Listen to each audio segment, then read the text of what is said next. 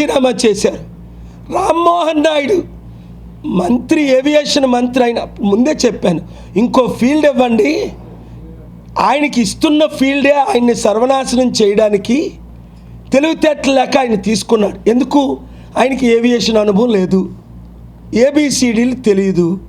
Aviation అనుభవం నాకు పూర్తిగా ఉంది. 1991లో నేను సొంత విమానంతో చిన్న ఫ్లైట్ నుంచి 2002 రాబోయేసరికి 747 ప్రపంచంలో అతిపెద్ద ఫ్లైట్ అమెరికన్ ప్రెసిడెంట్ వాడుతున్న 2 విమానాలకు ఓనర్ని, ఫౌండర్ని, ప్రెసిడెంట్ని. 5,000 కోట్ల విమానం, ఒక విమానం. ఈరోజు కూడా అమెరికాలో ఒకటి, మెక్సికోలో ఒకటి ఉన్నాయి. ఈ పనికిమాల దరిద్రులు ఈ కాంగ్రెస్ పార్టీ గ్రౌండ్ చేసింది.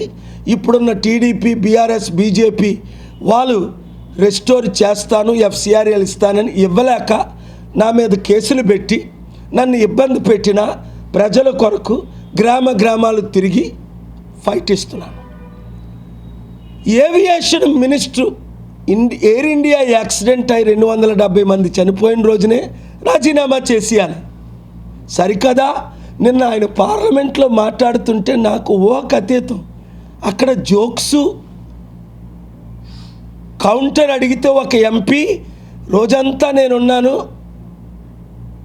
నేను గూగుల్ చేస్తే ₹1,00,000 అయింది టికెట్, ఢిల్లీ టు హైదరాబాద్, హైదరాబాద్ ఢిల్లీ.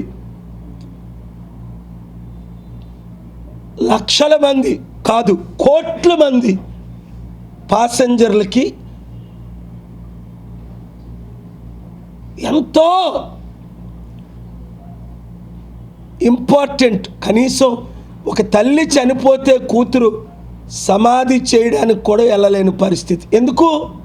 దానికి కారణం ఎవరో మీకు తెలుసు, నేను చెప్పను. 2 ఎయిర్లైన్స్, అమెరికాలో 10-15 ఎయిర్లైన్స్ ఉండడం ఏంటి, ఇక్కడ 2 ఉండడం ఏంటి? అక్కడున్న 30 కోట్ల ప్రజలకి 15 ఎయిర్లైన్స్ ఏంటి? American airlines, delta airlines, United airlines, south west airlines, jet blue. ఇక్కడ ఉన్న ఎయిర్లైన్స్ అన్నీ ఎవరు క్లోజ్ చేశారు? జెట్ ఎయిర్వేస్ని, సహారా ఎయిర్లైన్స్ని, ఇంకా అన్ని పేర్లు చెప్పను, అన్నీ క్లోజ్ చేసేసి ఇద్దరికి ఇచ్చేయడానికి, ఈ ఇండిగో కూడా అదానికి ఇచ్చేయడానికి.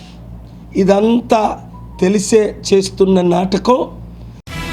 మరింకెందుకు ఆలస్యం, మైనా మీడియా ఛానల్ను సబ్స్క్రైబ్ చేయండి, పక్కనే ఉన్న బెల్ ఐకాన్ క్లిక్ చేయండి. మైనా మీడియా.